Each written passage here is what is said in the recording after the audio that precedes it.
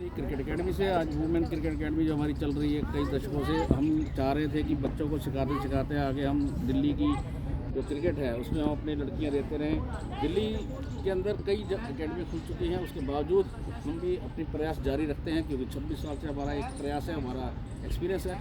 आज उस एक्सपीरियंस को शेयर कर रहे हैं, लगातार हम लड़कियों को सिखाते आ रहे हैं। उन्हीं में से हमारी कई लड़कियाँ सीख भी रही हैं और कोशिश की जा रही है। चंदा है, चंदा जो है क्या कुछ पूछने आई है। आज जो नेट किया जा रहा है उसमें आज इसकी आउटस्विंग नहीं जा रही, इसलिए कह रही कि आउटस्विंग नहीं जा रहा। मैंने जस्ट एक हम भी जो है इसको आज कुछ बताने जा रहे हैं।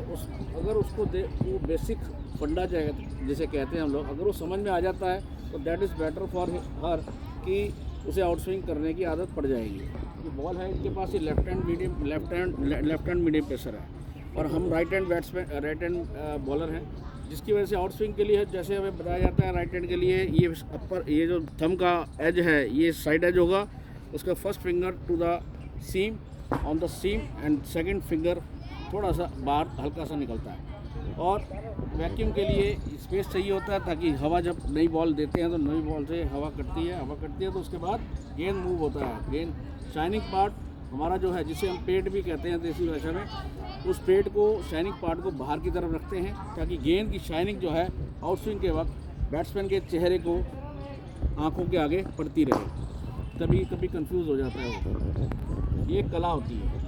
सीम को हम जब हम रखते हैं, डायरेक्शन देते हैं कम से कम ऑफ स्टंप की तरफ, ऑफ स्टंप और उससे 3 इंच इधर की तरफ। आप ये समझ लीजिए, कई तो फर्स्ट स्लिप की तरफ कह देते हैं और कई जो मैच कहता हूँ mid of the first slip end off stump, उसकी तरफ डायरेक्शन रखिए। और आपको एज बता दिया मैंने थंब का, साइड एज जो सीम की तरफ होता है।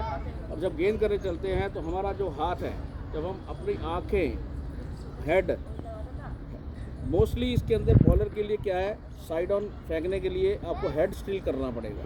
हेड की मूवमेंट्स अगर ज़रा सी भी हिलती है, हेड हिलता है तो समझ लो आपके हाथ भी हिलेंगे और डायरेक्शन आपकी ऑटोमेटिक चेंज हो जाएगी।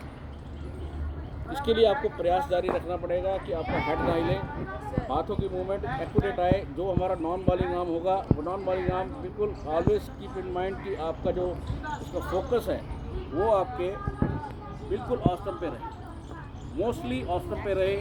ऑफ स्टंप से 2 इंच इधर भी कर सकते हो, ऑफ स्टंप पे रख सकते हो, मिडल और ऑफ स्टंप के बीच में भी रख सकते हो, इससे ज़्यादा नहीं।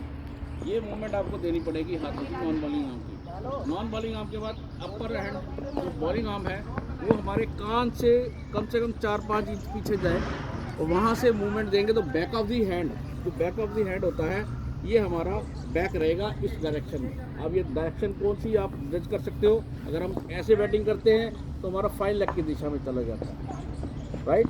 ये हाथ आपका ऐसे चला जाएगा।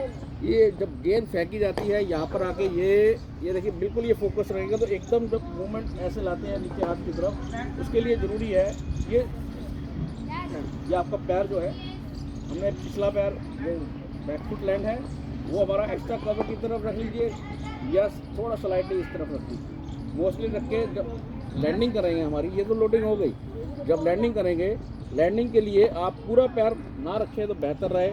अगर रख भी दिया है तो उसी टाइम आपको हील को उठाना पड़ सकता है। तो उसके लिए हमें आगे बॉल को फेंकना है, हमारी बॉडी वेट सारा आगे की तरफ ट्रांसफर होगा, हेड हमारा आगे जाएगा पर हेड हिले ना।